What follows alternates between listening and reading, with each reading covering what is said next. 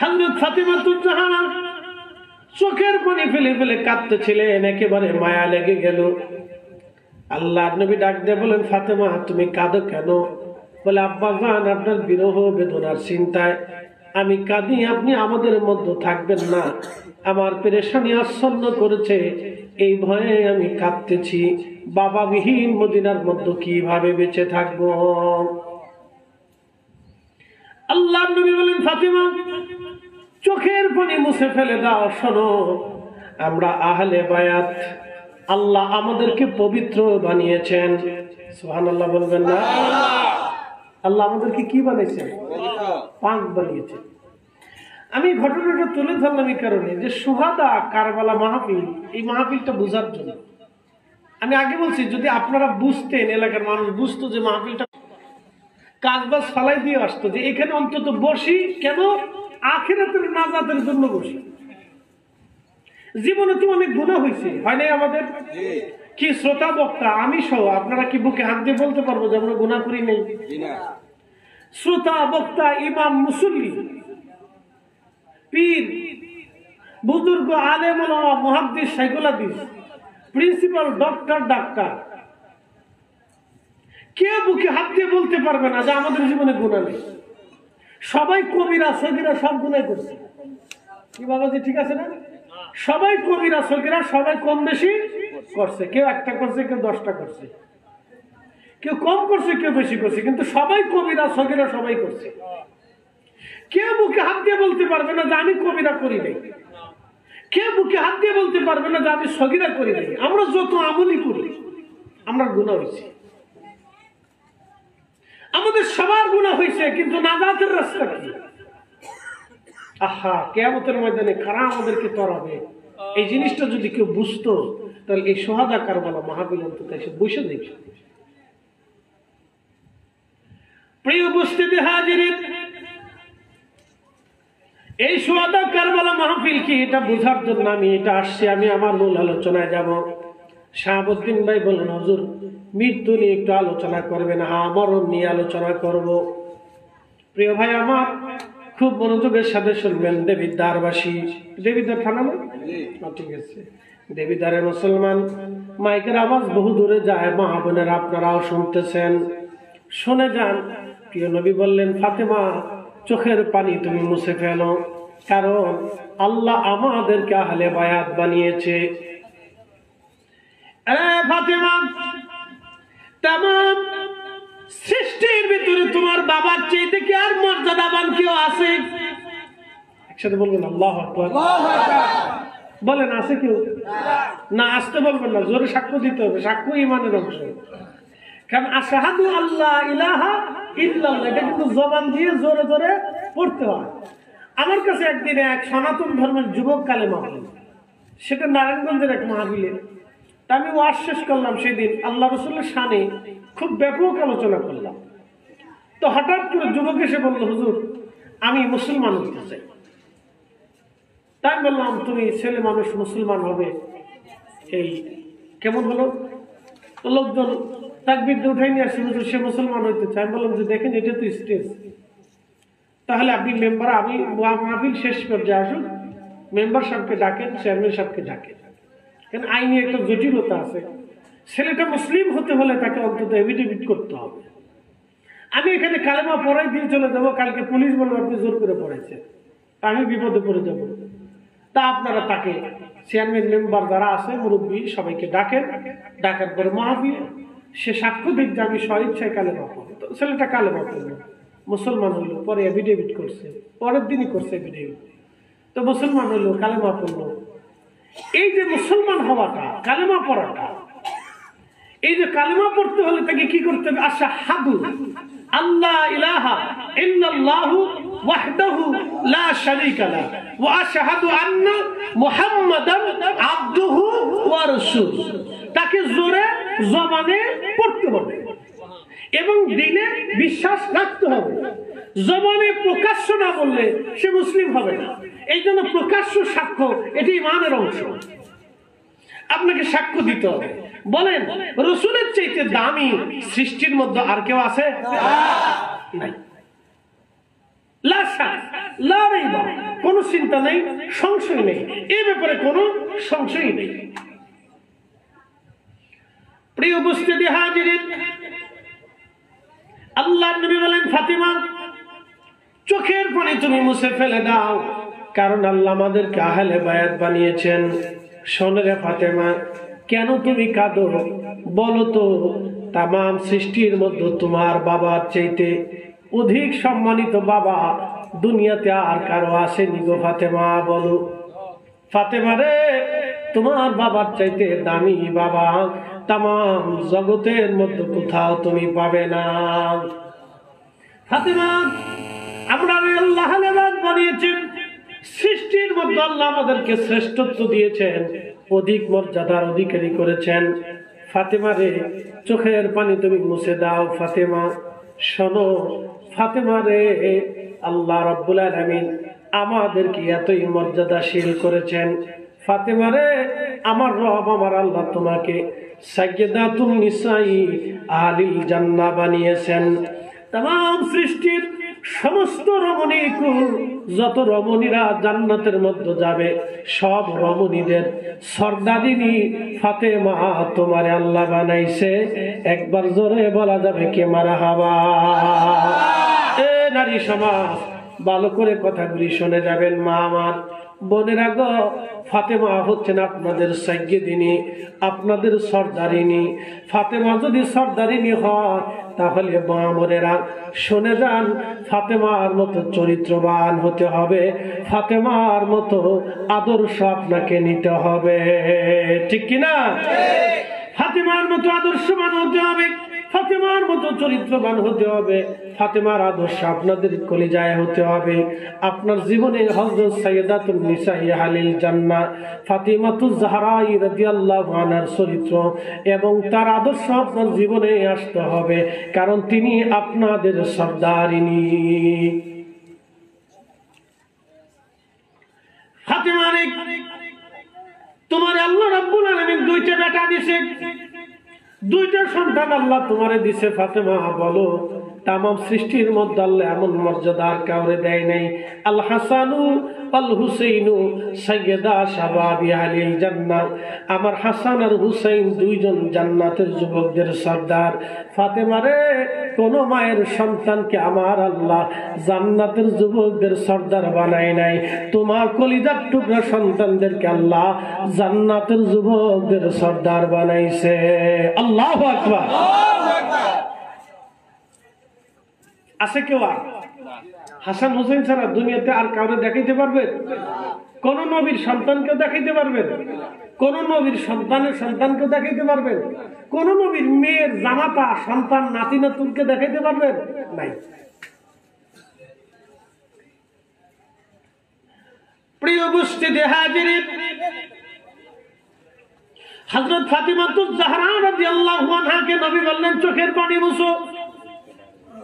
ফাতেমা রে, তোমার বংশের ভিতরে আল্লাহ রাব্বুল আলামিন সাইয়্যিদুশ শুহাদা একজনকে বানিয়েছেন, তিনি তোমার দাদা, আমার চাচা হযরত আমিরা হামজা রাদিয়াল্লাহু আনহু, যিনি সাইয়্যিদুশ শুহাদা আমির হামজা।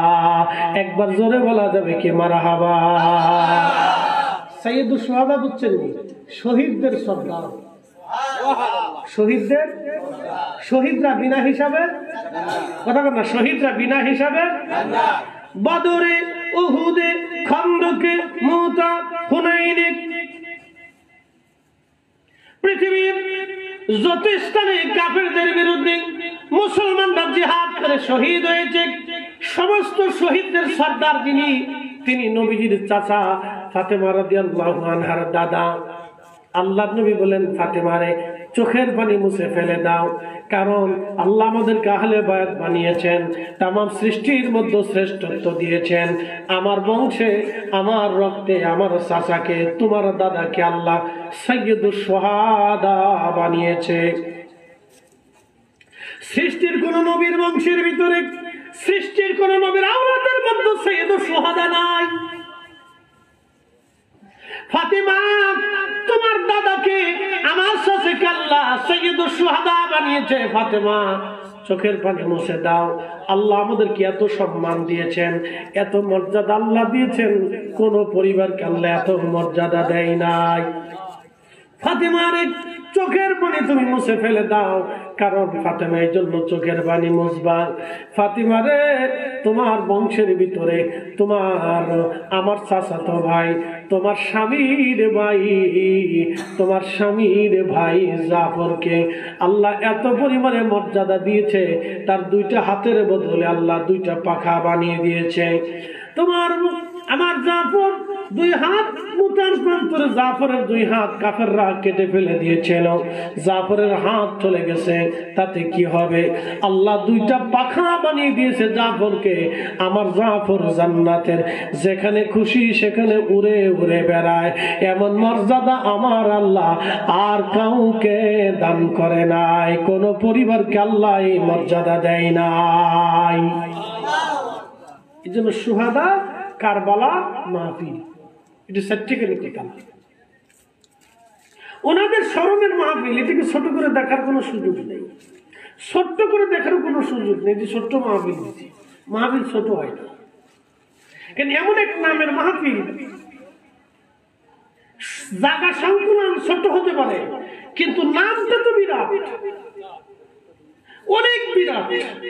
আল্লাহ রাসূল ফাতেমারে বসায় বসে বুঝাইতেছে, ফাতেমা তুমি কাঁদবা না, তুমি কেঁদো না, তুমি চোখের পানি মুছে দাও, আমি তোমাদের মাঝ থেকে চলে যাচ্ছি, এই জন্য তুমি বিরহ বেদনায় কেঁদো না। শোনো আল্লাহ তোমাদেরকে কত মর্যাদা দিচ্ছে। ফাতেমার চোখের পানি মুছে ফেলো। ফাতেমা তোমার স্বামী আলীকে আল্লাহ রাব্বুল আলামিন এত বড় মর্যাদা দিয়েছে, আল্লাহ দুনিয়ার থেকে তোমার স্বামীকে জান্নাতের সার্টিফিকেট আমার আল্লাহ তাকে দিয়ে দিছে। একবার জোরে বলা যাবে কে মারহাবা। ফাতেমা তুমি আরো শোনো, মন বেজার করবা না। ফাতেমারে তোমার সাথে আলীর বিয়ে দিয়েছি, আলীর সাথে তোমাকে বিবাহ দিয়েছিলাম। ফাতেমারে তুমি শুনে রাখো, তোমাদের বিবাহটা আমার ইচ্ছায় হয় নাই, তোমার স্বামী যিনি পছন্দ করেছেন তিনি আমার আল্লাহ। আল্লাহ তোমার স্বামী নির্বাচন করেছেন, আমার আল্লাহ তোমাকে আলীকে দান করেছেন, আলীকে তোমাকে দান করেছেন। আলীর সাথে বিয়ে আমি নবীর ইচ্ছা হয় নাই। ফাতেমা তোমার আলীর সাথে তোমার বিয়ে হয়েছে, তোমার সাথে আলীর বিবাহ হয়েছে, এটা আমার ইচ্ছাই না, এটা স্বয়ং আমার রব আমার আল্লাহর ইচ্ছায় হয়েছিল। আসতে হয়ে গেল না? কি আপনাদের বিয়ে কি আল্লাহর ইচ্ছায় দিয়েছিল? আল্লাহ কি আপনাদেরকে আমরা ইমাম সাহেব হুজুর বলে পাঠাইছে যে ওদের বিয়ে দিয়ে দেন? পৃথিবীতে একজনের বিবাহ আল্লাহ নিজে গটকালি করছেন। আল্লাহু আকবার। গটকালি তো বুঝছেন আপনারা, গটকালি আল্লাহ নিজে করছেন। আল্লাহ তার হাবিব বলছে আমি আলীর সাথে ফাতেমার বিয়ে দিয়েছি, ফাতেমার জন্য স্বামী আমি আলীকে পছন্দ করি। এটা সার্টিফিকেটের কথা না, সহজ করে দেখার কোনো সুযোগ নেই। এই জন্য শাহাদায়ে কারবালাকে সহজ করে দেখবেন না। আল্লাহ নবী আরো ডাক দিলেন, ফাতেমা চোখের পানি তুমি মুছে ফেলো, কাঁদবা না। খোদার জমিনে আমি নবী যেইভাবে দিন প্রতিষ্ঠিত করলাম, ফাতেমারে সৃষ্টির একেবারে শেষ প্রান্তে কিয়ামতের পূর্ব সময় জমিনে আমার আল্লাহ একজন ব্যক্তিকে দুনিয়াতে পাঠাবেন, তার নাম হবে মুহাম্মদ, বাবার নাম হবে আব্দুল্লাহ, তার পরিচয় হবে ইমাম মাহদী নামে। কি পরিচয়? জোরে বলে। এই কি ছোটখাটো মনে হইতেছে আপনাদের? বুঝাইতেছি ইমাম মাহদীর দাম কত। ইমাম মাহদী কি জিনিস সেটা বুঝাইতেছি। আল্লাহ নবী ডাক দিয়ে বলেন, ফাতেমা আমি যেইভাবে খোদার জমিনে খোদার দিন প্রতিষ্ঠিত করেছি, আমার মাহদী দুনিয়াতে আসবে, দাজ্জালকে হত্যা করবে। পৃথিবীর এমন কোন ইঞ্চি মাটি নাই যে ইঞ্চি মাটির মধ্যে আমার মাহদী কালেমার পতাকা উত্তীর্ণ না করবে। ফাতেমারে আমি যেইভাবে দিন প্রতিষ্ঠিত করেছি, আমার মাহদী ওইভাবে খোদার জমিনে। ফাতেমা চোখের পানি তুমি মুছে ফেলে দাও। ফাতেমা রে তুমি শুনে রাখো ফাতেমা, তো আমার মাহাদি দুনিয়াতে আসবে পৃথিবীর অন্য কোনো বংশে না, রক্তে না, চৌধুরী বংশে না, মোল্লা বংশে না, শেখ বংশে না, কোন বংশে ইমাম মাহাদি দুনিয়াতে আসবে না। তোমার হাসান তোমার হুসাইনি রক্তের মাধ্যম দিয়া, তুমিও তোমার আলীর রক্তের মাধ্যম দিয়া, আমি রাসূলের পবিত্র রক্তের ধারাবাহিকতা দিয়া, তোমার সন্তান হাসান হুসাইনি রক্তের মাধ্যমে এই দুনিয়াতে একটা সন্তান আল্লাহ পাঠাবে, তার নাম হবে ইমাম মাহাদি। আল্লাহু আকবার। শহাদা কারবালা ছোট করে দেখার সুযোগ নেই। শহাদা কারবালায় 7 শহীদ হয়েছিল, বেঁচে ছিলেন একজন জয়নুল আবেদিন। ওনার রক্তের মাধ্যম দিয়ে পৃথিবীতে মাহাদি দুনিয়াতে আসবে। অতএব আহলে বাইতুন নবী রাসূলের আহলে বায়াতকে ছোট করে দেখার কোনো সুযোগ নেই। বাংলাদেশে হাজার হাজার মসজিদ আছে, একটা চেয়ার এই হাজার হাজার মসজিদ আছে, যে মসজিদগুলিতে হাজার হাজার মাহফিল আছে, যে মসজিদ আছে, যে মসজিদগুলিতে কি হয়, অনেক মসজিদে বাংলাদেশে এই মুহররম মাসে আহলে বাইতের নামে কোনো আলোচনাই হয় না। বহু মসজিদ আছে বাংলাদেশে, আপনাদের কুমিল্লা, চট্টগ্রাম, সিলেট, এই সুন্নি অধ্যুষিত এলাকাগুলো একটু ভিন্ন। সুন্নি অধ্যুষিত এলাকাবিহীন যত এলাকা আছে তার অধিক এলাকাগুলিতে এই আলোচনা বন্ধই হয়ে গেছে। তারা মনে করে আহলে বাইতের আলোচনা করলে বুঝি শিয়া হয়ে যায়। আরে একটা কথা মনে রাখবেন, সুন্নি কাকে বলে? সুন্নি তাকে বলে, এক নম্বরে ইশকে নবী যার মধ্যে আছে সে হলো সুন্নি, এবং আহলে বাইতের প্রতি মহব্বত যা আছে সে হলো সুন্নি, এবং সাহাবা ইকরামের প্রতি তাজিম যার আছে সে হলো সুন্নি। কথা বল না, ঠিক কিনা? ইশকে নবী ছাড়া, আহলে বাইতের রাসূলের মহব্বত ছাড়া, সাহাবা ইকরামের তাজিম ছাড়া কেউ সুন্নি হতে পারে না। মনে রাখেন এটা। বাংলাদেশে সারা পৃথিবীতে সবাই সুন্নি দাবি করে, আমরা আহলে সুন্নাত ওয়াল জামাত। যারা দেশে বুকে হাত পেতে নামাজ পড়ে ইয়াজিদের প্রশংসা করে, ওরাও কে আমরা আহলে সুন্নাত ওয়াল জামাত। শয়তানে হাসে, বাপরে বাপ, ওরা আমার সিটু সিটা, ওরা আমার সিটু সিটা। সিটারই তো আমি পৃথিবীতে সেরা ছিলাম, কিন্তু আমার সিটে ডিগ্রি বেশি হয়ে গেছিল। চিন্তা করে সুন্নি বলে। আল্লাহু আকবার। প্রিয় উপস্থিতি হাজিরিন, খুব মনোযোগ দিবেন। প্রিয় মুসলমান, কথাগুলো অত্যন্ত বোঝা জরুরি। হযরত ইমাম মাহদী দুনিয়াতে আসবেন, হেরেম শরীফে, কাবা শরীফে আজান হয়ে যাবে, নামাজের জন্য দাঁড়িয়ে যাবেন। ঠিক এমন সময় কাতার হয়ে গেছে হেরেমের চারপাশে, লক্ষ লক্ষ মুসলমান কাতারবদ্ধ হয়ে জামাতে দাঁড়াবে। হজের সময় হবে, সময়টা কাতারবদ্ধ ভাবে নামাজে দাঁড়িয়ে গেছে। যাই নামাজের মুসল্লা রুকনে কাবা শরীফের রুকন হাজরে আসওয়াদের পাশে মাকামে ইব্রাহিমের বরাবরে হযরত ইমাম মাহদী আলাইহিস সালাতু ওয়াস সালাম দাঁড়িয়ে যাবেন। ঠিক এমন সময় আল্লাহর পক্ষ থেকে ওনার কালবের মধ্যে মেসেজ আসবে, হে মাহদী অপেক্ষা করো, ঈসা রুহুল্লাহকে দুনিয়ার মধ্যে আমি পাঠাইতেছি। আসমান থেকে ফেরেশতারা তাকে কাঁধে করে নামাইতেছে। ফেরেশতাদের 2 কাঁধের উপরে ভর দিয়ে, 2 জন ফেরেশতার কাঁধে ভর দিয়ে ঈসা রুহুল্লাহ দুনিয়াতে নামতেছেন। আল্লাহর একজন নবী জলিল কদর রাসূল, তিনি ঈসা রুহুল্লাহ, তিনি আসমান থেকে দুনিয়াতে নামতেছেন ফেরেশতাদের কাঁধে ভর দিয়ে। তিনি আসবে, তিনি আসার পরে তুমি নামাজ আদায় করবে। ইমাম মাহদীর কালবের ভিতরে আমার আল্লাহ মেসেজ পাঠায় দিবে। একবার জোরে বলা যাবে কে মারহাবা। এই মোবাইলে মেসেজ আসে না? আসে, আসে। আচ্ছা, আমার মোবাইলে কি মেসেজ আসে আমি যদি আপনাকে না দেখাই, আপনি কি দেখতে পারবেন? সুযোগ নেই। পাসওয়ার্ড দিয়ে রেখেছি, ধরে নাকি, তো আপনি সহজে পাসওয়ার্ড খুলতে পারতেছেন না। তো ওলি আল্লাহদের কালবের ভিতরে আল্লাহ মেসেজ পাঠায়, ওনাদের পাসওয়ার্ড আছে, এ সবাই ধরতে পারে না। ইমাম মাহদী আলাইহিস সালামের কালবের ভিতরে আল্লাহ মেসেজ পাঠাবে, পৃথিবীর কেউ জানবে না। ইমাম মাহদী বলবেন অপেক্ষা করো, ঈসা রুহুল্লাহ আসমান থেকে নামতেছে, উনি আসবে, তারপরে আমরা নামাজ পড়ব। ঈসা আলাইহিস সালাম নামবেন, তিনি সিরিয়াতে, সিরিয়াতে নামবেন। বর্তমান সিরিয়া একটা সাদা মসজিদ থাকবে, সাদা মিনারা থাকবে, ওই মিনারাতে ঈসা আলাইহিস সালাম নামবেন। সেখান থেকে নেমে তিনি দ্রুত গতিতে হেরেমে আসবেন। বুঝতে পারতেছেন কত দ্রুত আসবে? হেরেম আসবেন, ইসরুল্লাহ হযরত হেরেমে ঢুকা হযরত ইমাম মাহদী যেখানে দাঁড়াবেন তিনি সেইখানে কাছাকাছি আসবেন। ইমাম মাহদী জায়নামাজ ছেড়ে দিবেন। জায়নামাজ ছেড়ে দিয়ে বলবে, হুজুর আপনি নামাজ পড়ান আজকে। ইমাম মাহদী আলাইহিস সালামকে বলবেন, ইমাম মাহদী আলাইহিস সালাতু ওয়াস সালাম তিনি কি বলবেন? ইসরুল্লাহকে বলবেন আপনি নামাজ পড়েন। ইসরুল্লাহ একটা সুন্দর উত্তর দিয়ে দিবে, ওগো মাহদী, আমি এই উম্মতের নামাজ পড়াইতে আসি নাই, আমি এই উম্মতের ইমামের পিছনে নামাজ পড়তে এসেছি। সুবহানাল্লাহ। এই উম্মতের ইমামের পিছনে নামাজ পড়ো। একসাথে জোরে বলেন আল্লাহু আকবার। এই উম্মতের ইমামের পিছনে কি করব? নামাজ পড়ব।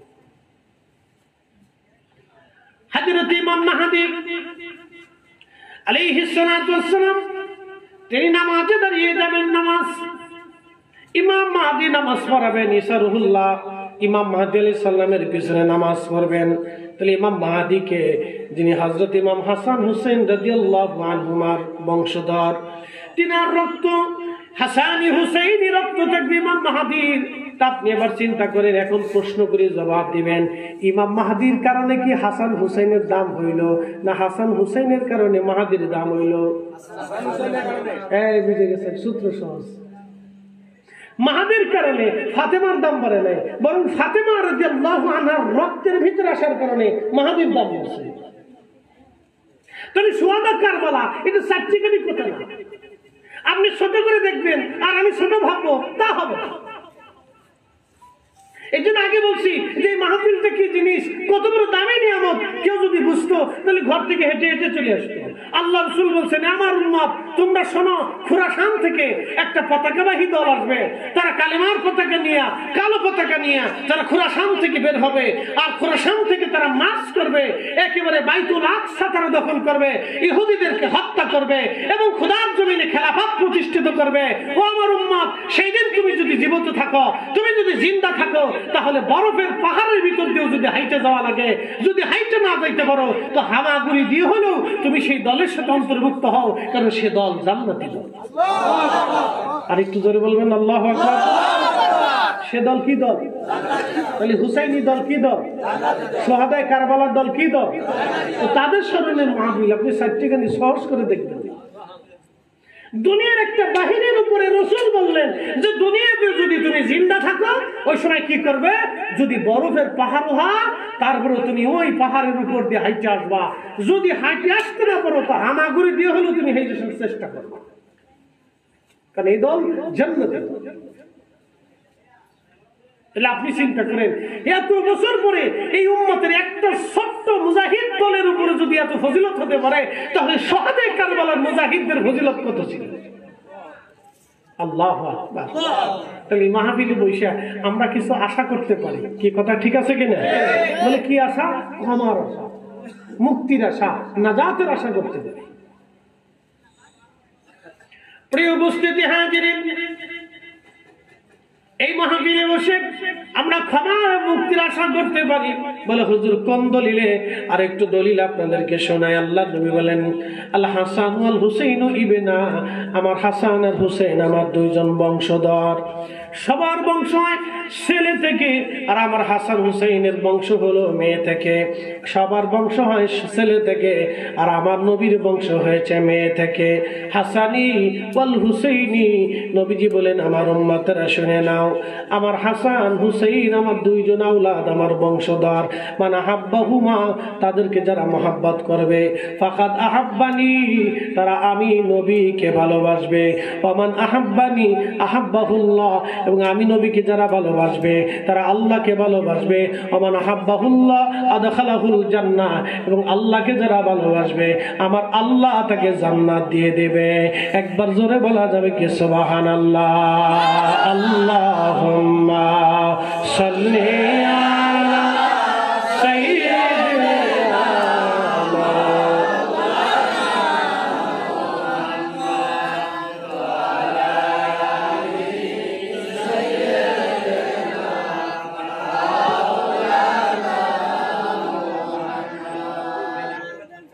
আখেরি সালাম লন ওহে নানা জান,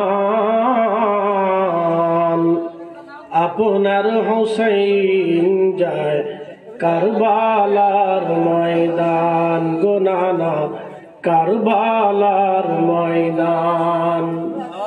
কারবালার ময়দানে যাইয়া দিব গলা কাটাইয়া, আর নায়া শিব ফিরে নানা, আর নায়া শিব ফিরে মদিনা মুকাম। আপনার হুসাইন যায় কারবালার ময়দান, গো নানা কারবালার ময়দান। আখেরি সালাম লন, আখেরি সালাম লন ওহে নানা জান, আপনার হুসাইন যায় কারবালার ময়দান, গো নানা কারবালার ময়দান। আল্লাহুম্মা সাল্লি আলা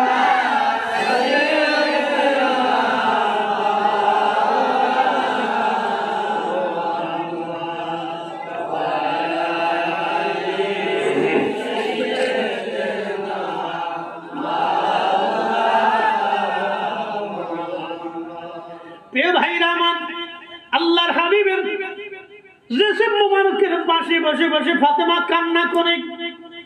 ঠিক এমন সময় প্রিয় নবীজি ডাক দিয়ে বলেন, ফাতেমা তুমি আমার কানের কাছে, আমার মুখের কাছে তোমার কান লাগাও।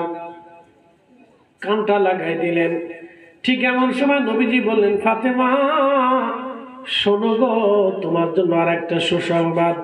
আমার ইন্তেকালের পরে আমার পরিবারের মধ্যে সবার আগে তুমি ইন্তেকাল করবা। হয় না? আরো জোরে, আরেকটু জোরে। মৃত্যু কার কখন হবে কেউ জানে? আল্লাহ রাসূল সুসংবাদ দিচ্ছে, ও ফাতেমা কান্না বন্ধ করো, তুমি এখনো কাঁদতেছো, এত সুসংবাদ দিলাম। তোমার ছেলে, তুমি, তোমার বাবা, তোমার আত্মীয় স্বজন, তোমার বংশ, তোমার রক্তের ফজিলত গাইলাম, এখনো কান্না বন্ধ হয় না। তো শুনে যাও, একটা সুসংবাদ আছে, আরো একটা বড় সুসংবাদ। ফাতিমা আর একটা বড় সংবাদ হলো, আমার ইন্তেকালের পরে আমার পরিবারের মধ্যে, বংশের মধ্যে সবার আগে তুমি ইন্তেকাল করবা।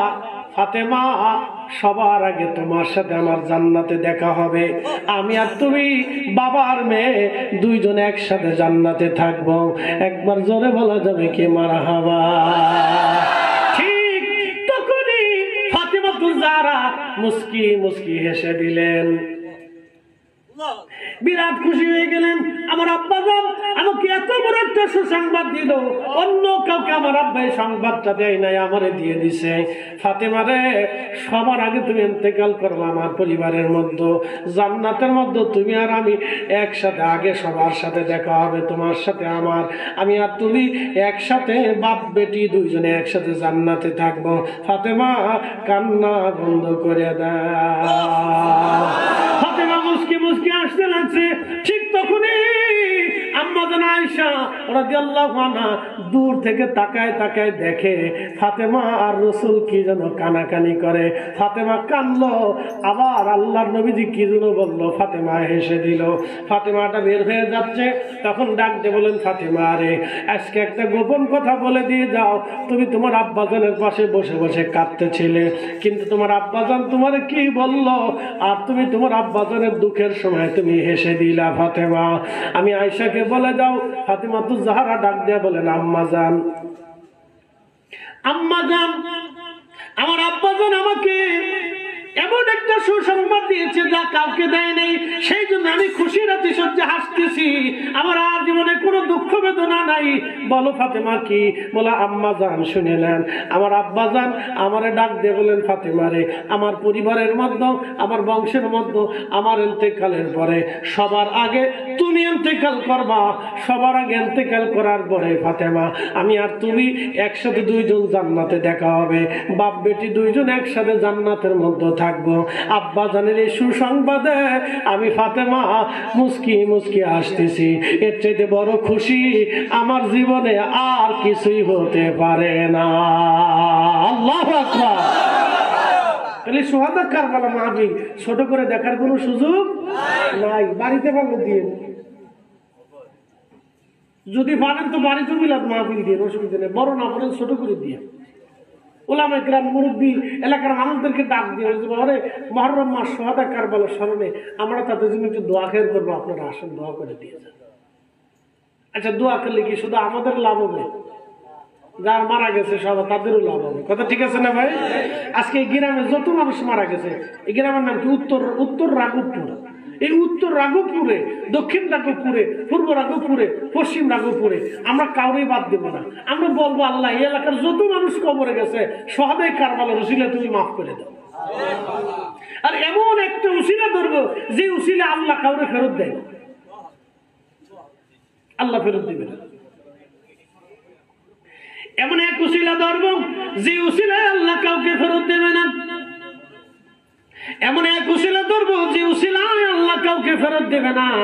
সোহাদা কারবালা, সোহাদায়ে কারবালা। আখেরি সালাম লন ওহে নানা জান, আপনার হুসাইন যায় কারবালার ময়দান গো নানা, কারবালার ময়দান।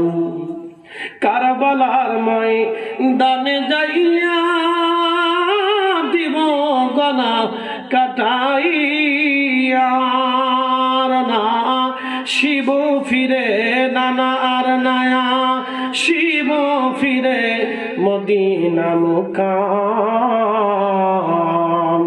আপনার হুসাইন যায় কারবালার ময়দান গো নানা, কারবালার ময়দান। আল্লাহুম্মা সাল্লি আলা, জবান খুলে মাশাআল্লাহ মাশাআল্লাহ।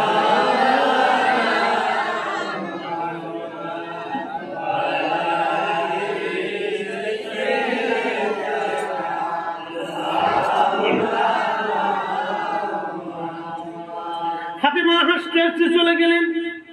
প্রিয় নবীজির অবস্থা অবনতি হলো। আম্মা জান আয়েশা সিদ্দিকা রাদিয়াল্লাহু আনহা হুজরা শরীফে ঠিক এমন সময় জিবরাইল আমিন আসছেন, সাথে হযরতে আজরাইল আলাইহিস সালামকে নিয়ে। কোনোদিনও আজরাইল আল্লাহর হাবিবের কাছে আসেন নাই। যদি কখনো মদিনাতে যান, রওজা শরীফের বাম পাশে এখনো দেখবেন বাবে জিবরাইল, জিবরাইল আলাইহিস সালামের দরজা এখনো লেখা আছে। আরেকটা দরজা আছে বাবুন নিসা, মহিলাদের দরজা। ওই দরজা দিয়ে এখন সবাইকে, হাজীদেরকে ঢুকায় রিয়াজুল জান্নায় নিয়ে যায়। ওই বাবুন নিসার পাশেই আপনারা দেখবেন একটা ছোট্ট টিলা। এইখানে একবার আমাদের স্টেজের মতো জায়গা, এখন আছে কিনা জানি না। এইখানে আহলে ছিল, যদিও গাছটা এখন আর নাই। এইখানে একটা গাছ ছিল, আল্লাহ নবীর জমানাতে এই সময় একটা গাছ ছিল। এই গাছের নিচে আহলে সুফা সাহাবীরা বসবাস করত। আহলুস সুফা কারা? যাদের বাড়ি নাই, ঘর নাই, স্ত্রী নাই, সন্তান নাই, জমি নাই, জমি তাও নাই, কাপড় চোপড়